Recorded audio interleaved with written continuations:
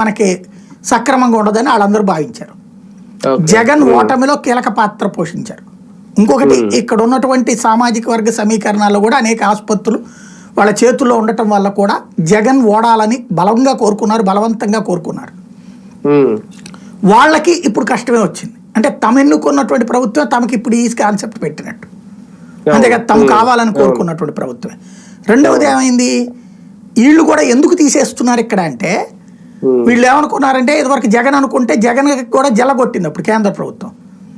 ఆయుష్మాన్ భారత్కి ఆయుష్మాన్ భారత్ నిధులే వస్తాయి మీకు, అందులో SMS-లో ప్రధానమంత్రి మోడీ మీకు ఇచ్చారు డబ్బులోకి అందినాయి కదా అని చెప్పి పెడతారు, మీరు త్వరగా కోలుకోవాలని మెసేజ్ వస్తుంది. అప్పుడు జగన్ అని చెప్పుకోవడానికి కుదరలా.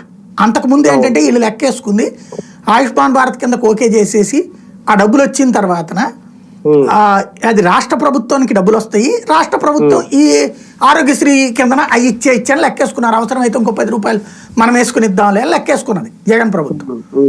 కానీ ఇట్లా ఇవి డైవర్ట్ అయిపోతున్నాయని గ్రహించి కేంద్ర ప్రభుత్వం ఏం చేసింది, డైరెక్ట్గా హాస్పిటల్ అకౌంట్కి వాళ్ళే వేస్తున్నారు. ప్లస్ ఆ సదరు బాధితుడు ఎవరైనటువంటి ఉంటారో ఆ కుటుంబానికి SMS కూడా త్రూ కేంద్ర ప్రభుత్వం వస్తుంది డైరెక్ట్గా. దాంతో వీళ్ళు అనే క్రెడిట్ పోతుండేటప్పటికి అటు ఇటు కానీ కన్ఫ్యూజన్లో సగం డిస్టర్బ్ చేశాడు జగన్మోహన్ రెడ్డి. వీళ్ళు శాంతం డిస్టర్బ్ చేసి అవతల పడేస్తున్నారు ఇప్పుడు కంప్లీట్గా.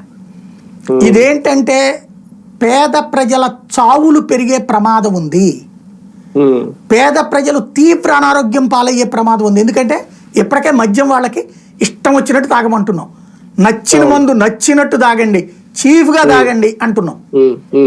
తాగితే ఆరోగ్యం బాగుపడద్దని చెప్పే అంత సన్నాసి ఇంకెవడు ఉండడు.